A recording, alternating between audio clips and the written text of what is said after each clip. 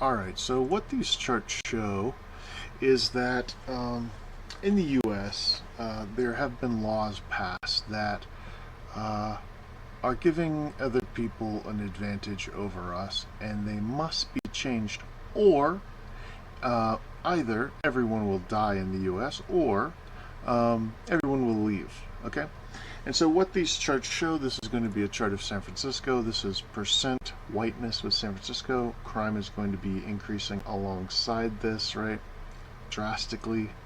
Uh, this is going to be federal funding. And so, the more whites are terrorized, raped, murdered, and forced out of the cities, the more the U.S. government pays the city in federal funding. Okay? If you think there aren't people smart enough to utilize this and capitalize this, uh, it's not correct, right? People will see this and they'll say, "Well, let's just go terrorize people." So, uh, this is about the worst idea uh, that a nation or a group of people could possibly implement. The Bible suggests division away from evil, but this is what happens when you force unity with it. Like, a good is driven out. They say, what the heck is the government doing? This government is evil. And understanding that this is 100% evil, um, good people being terrorized, killed, and raped while the government pays them to do it, that's about the worst idea a government could ever implement. Also, it's a model that results in the destruction of the United States, because while this is just San Francisco, this is also happening throughout practically every city or many cities in the USA. Um, this is going to be Los Angeles here. Same thing, right? You force unity with evil, and lo and behold, evil wins. But that's not the case if you don't implement laws that enslave and force your people to unify with evil. Actually, that's what established and built the U.S. before politicians came along and started implementing models that result in its own destruction and the extermination of everyone who is foolish enough to stay in it. Now, what these models suggest is around 80 to 70% white. There is a mass exodus out of the cities. The speed of increases by about 30%. So this is going to be around the breaking point at which these cities fall. Interestingly enough, and there's practically no way of getting them back, right? So, understanding that this is the point that the USA is at right now, might give people an idea of exactly how hard we need to be fighting for our nation right now, today. So, interestingly enough, seeing the United States example, other nations have also begun to follow suit. And while the U.S. is promoting and implementing tariffs and etc. to keep this fake, failed ideology promoted that, hey, everything's going great in the U.S., lo and behold, it has also failed in the U.K. Okay, and actually the U.K. is suffering massive losses by how many people have left.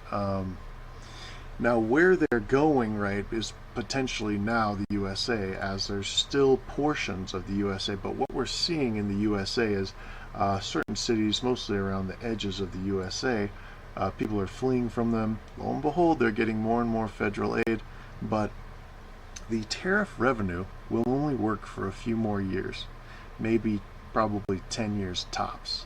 Then other nations will have established other trade routes that can circumvent U.S. trade tariffs, and the U.S. will no longer be receiving as much tariff revenue.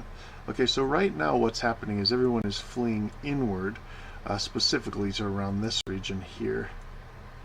And so understanding that these people are not going to stop flooding the nation and doing what they have been, are, and will continue to be doing, it might get you an idea about exactly how hard we need to be fighting for the USA right now, today. Not living in man-made, failed ideologies which are killing people in the thousands a year, killing people in the United Kingdom, right? They failed in the USA. They failed in the United Kingdom. In Germany and France and Sweden, right? Sweden's got about 300 bombings a year. They've failed in Sweden. They've failed in the Netherlands. Okay? They're not going to magically start working. All right? So as long as people want to keep pretending that God's fake, right? God's fantasy, he'll protect us, nothing bad ever happens in the world. Well, you're worshiping fantasy. Okay?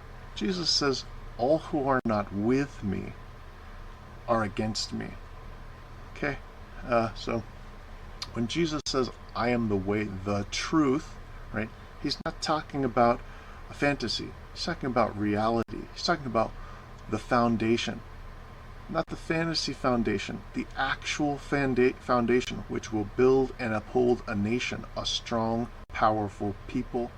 Not pretending this is how it works, or pretending it's working when it's absolutely not working and the situation is right at its breaking point.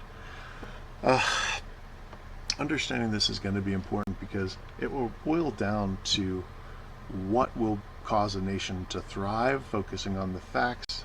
China is 99% Chinese, and this is working extremely well for them. I was speaking to this gentleman. He says there's no crime in China. Little things, people get drunk, they push each other, things like that. He says, but if there's ever a murder, it's all throughout the news. Everybody will hear about it. Okay?